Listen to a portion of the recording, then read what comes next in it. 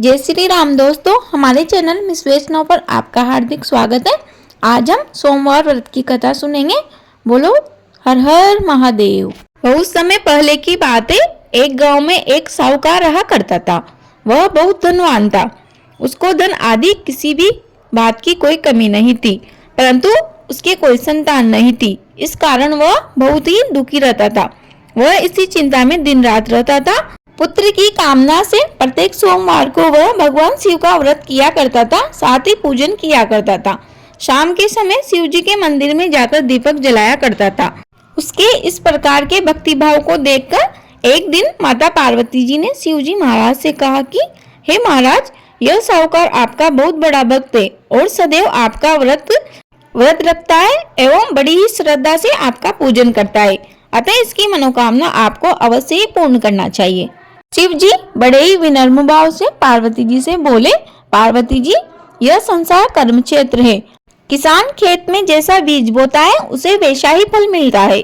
उसी तरह संसार में जो जैसा कर्म करते हैं उसे वैसा ही फल भोगना पड़ता है। पार्वती जी ने अत्यंत आग्रह के साथ कहा कि महाराज, जब यह आपका ऐसा भक्त है और यदि इसको किसी प्रकार का दुख है तो आपको अवश्य ही उसे दूर करना चाहिए, क्योंकि आप तो सदैव अपने भक्तों पर दया करते हैं, उनके दुखों को दूर करते हैं। यदि आप ऐसा नहीं करेंगे तो मनुष्य क्यों आपकी सेवा पूजा करेंगे एवं व्रत आदि रखेंगे।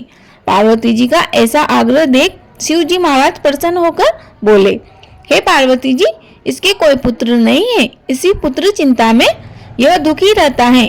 आपके कहने पर इसके भाग्य में पुत्र न होने पर भी मैं इसको पुत्र की प्राप्ति का वर देता हूँ, परंतु वह पुत्र केवल 12 वर्ष तक ही जीवित रहेगा। इसके पश्चात वह मृत्यु को प्राप्त होगा। इससे अधिक मैं इसके लिए और कुछ भी नहीं कर सकता। यह सब बात साहूकार सुन रहा था। इससे उसको न तो प्रसन्नता हुई और न ही कोई दुख हुआ। वह पहले की तरह ही शिव जी का पूजन करता रहा, वह व्रत रखता रहा। कुछ समय व्यतीत हो जाने पर साहूकार की स्त्री गर्भवती हुई और 10वें महीने में उसके गर्भ से बहुत ही सुंदर पुत्र की प्राप्ति हुई। साहूकार के घर में खुशी मनाई गई, परंतु साहूकार ने उसको 12 वर्ष की आयु जानकर अधिक प्रसन्नता प्रकट नहीं की और न ही किसी को यह भेद बताया। जब साहूकार का पुत्र 9 वर्ष का हो गया तो उस बालक की माता ने उसके पिता से उसके विवाह आदि के लिए कहा, परंतु साहूकार कहने लगा, मैं अभी इसका विवाह नहीं करूंगा और काशी जी पढ़ने के लिए भेजूंगा। फिर उस साहूकार ने अपने साले अर्थात बालक के मामा को बुलाया और उसको बहुत सारा धन देकर कहा, तुम इस बालक को काशी जी पढ़ने के लिए ले जाओ। रास्ते में जिस जगह भी जाओ वहाँ यज्ञ करते जाना, दान देते जाना तथा ब्राह्मणों को भोजन कराते जाना। इस प्रकार वह दोनों मामा भांजे सब जगह यज्ञ करते ब्राह्मणों को भोजन कराते जा रहे थे। रास्ते में उनको एक शहर दिखाई पड़ा। उस शहर के राजा की कन्या का विवाह था और दूसरे राजा का लड़का जो विवाह के लिए बारात लेकर आया था वह एक आंख से काना था। लड़के के पिता को इस बात की बहुत ही चिंता थी कि कहीं वर को देखकर कन्या के माता पिता विवाह में किसी प्रकार की अड़चन पैदा न कर दे। जब उसने अति सुंदर सेठ के लड़के को देखा तो मन में विचार किया कि क्यों न दरवाजे के समय इस सेठ के लड़के को वर बनाकर भेजा जाए। ऐसा विचार कर राजा ने सेठ के लड़के व उसके मामा को सारी बात बताई और वह दोनों राजी हो गए। साहूकार के लड़के ने स्नान आदि करके वर के कपड़े पहनकर घोड़ी पर चढ़ा दरवाजे पर चला गया और बड़ी शांति से सब कार्य हो गया। अब वर के पिता ने सोचा कि विवाह कार्य में भी इसी लड़के को बिठा दिया जाए तो क्या बुराई है। ऐसा विचार कर उसके मामा से कहा, यदि आप फेरो व कन्यादान में भी आपके भांजे को बिठा दे तो आपकी बड़ी ही कृपा होगी और इसके बदले में आपको बहुत सा धन दे दूंगा। उन्होंने स्वीकार कर लिया और विवाह कार्य बहुत अच्छी तरह से हो गया। परंतु इस समय सेठ का लड़का जाने लगा तो उसने राजकुमारी की चुनरी के पल्ले पर लिख दिया कि तेरा विवाह मेरे साथ हुआ है, परंतु जिस राजकुमार के साथ तुझे भेजेंगे वह एक आंख से काना है और मैं तो काशी जी पढ़ने के लिए जा रहा हूँ। उस राजकुमारी ने जब अपनी चुनरी पर ऐसा लिखा हुआ पाया तो उसने राजकुमार के साथ जाने से इनकार कर दिया और कहा कि यह मेरा पति नहीं है, मेरा विवाह इसके साथ नहीं हुआ, वह तो काशी जी पढ़ने गए हैं। राजकुमारी के माता पिता ने अपनी कन्या को विदा नहीं किया और बारात वापस चली गई। उधर सेठ का लड़का और उसका मामा भी काशी पहुंच गए। वहां जाकर उन्होंने यज्ञ करना आरंभ कर दिया और लड़के ने पढ़ना शुरू कर दिया। जब लड़के की आयु 12 वर्ष की हो गई तब एक दिन उन्होंने यज्ञ करना आरंभ किया। तब सेठ का लड़का बोला कि मामा जी, आज मेरी तबीयत कुछ ठीक नहीं है। मामा ने कहा, अंदर जाकर सो जाओ।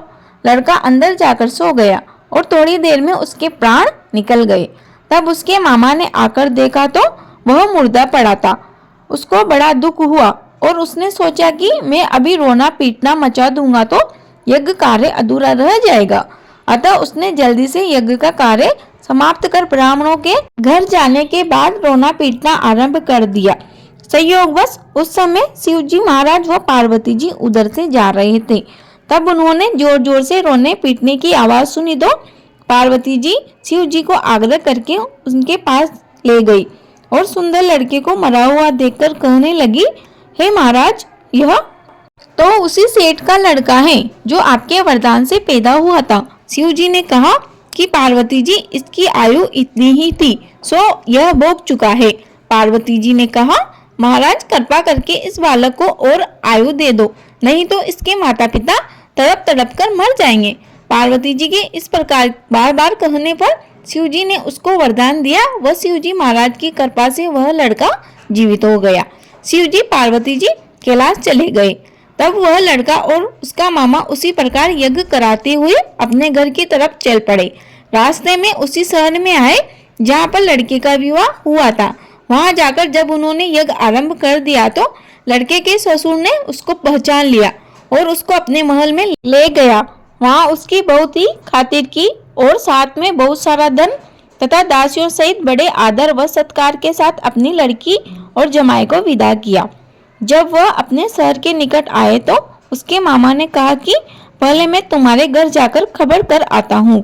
उस समय उसके माता पिता अपने घर की छत पर बैठे हुए थे, क्योंकि उन्हें मालूम था कि उनका पुत्र अब जीवित वापस नहीं आएगा। उन्होंने प्रण कर रखा था कि यदि हमारा पुत्र सकुशल घर आ गया तो हम राजी खुशी नीचे आ जाएंगे, नहीं तो छत से गिरकर अपने प्राण त्याग देंगे, क्योंकि हम अपने पुत्र वियोग का दुख अब सहन नहीं कर सकते। हमें बड़े दिनों बाद तो एक पुत्र की प्राप्ति हुई है और उसे भी हम नहीं खो सकते। इतने में उस साहूकार के साले ने आकर सारा समाचार दिया कि आपका पुत्र आ गया है, परंतु उनको विश्वास न हुआ। तब उसके मामा ने शपथ पूर्वक कहा कि आपका पुत्र अपनी स्त्री व बहुत सारा धन लेकर आया है। तो उस सेठ ने बड़े आनंद के साथ उनका स्वागत किया और वह सेठ सेठानी व उनका पुत्र बड़ी प्रसन्नता के साथ रहने लगे। इसी प्रकार जो भी सोमवार का व्रत धारण करता है अथवा इस कथा को पढ़ता या सुनता है, उनके दुख दूर होकर सभी मनोकामनाएं पूर्ण होती है। इससे लोक में नाना प्रकार के सुख भोग कर अंत में सदाशिव के लोक की प्राप्ति हो जाती है। प्रेम से बोलिए भोले बाबा की जय, पार्वती मैया की जय। कहानी अधूरी रही हो तो पूरी कर जो, पूरी हो गई हो तो मान कर जो। यह कथा यहीं समाप्त होती है। ओम नमः शिवाय। दोस्तों, आपको वीडियो पसंद आई हो तो प्लीज वीडियो को लाइक करें, शेयर करें, कमेंट बॉक्स में हर हर महादेव अवश्य लिखें। यदि आप हमारे चैनल पर नए हो तो प्लीज हमारे चैनल को सब्सक्राइब कर लीजिए। आपको हमारे चैनल पर सभी प्रकार की कथा, कहानी, पूजा विधि आदि से संबंधित वीडियो मिल जाएगी। आपका दिन शुभ हो। धन्यवाद।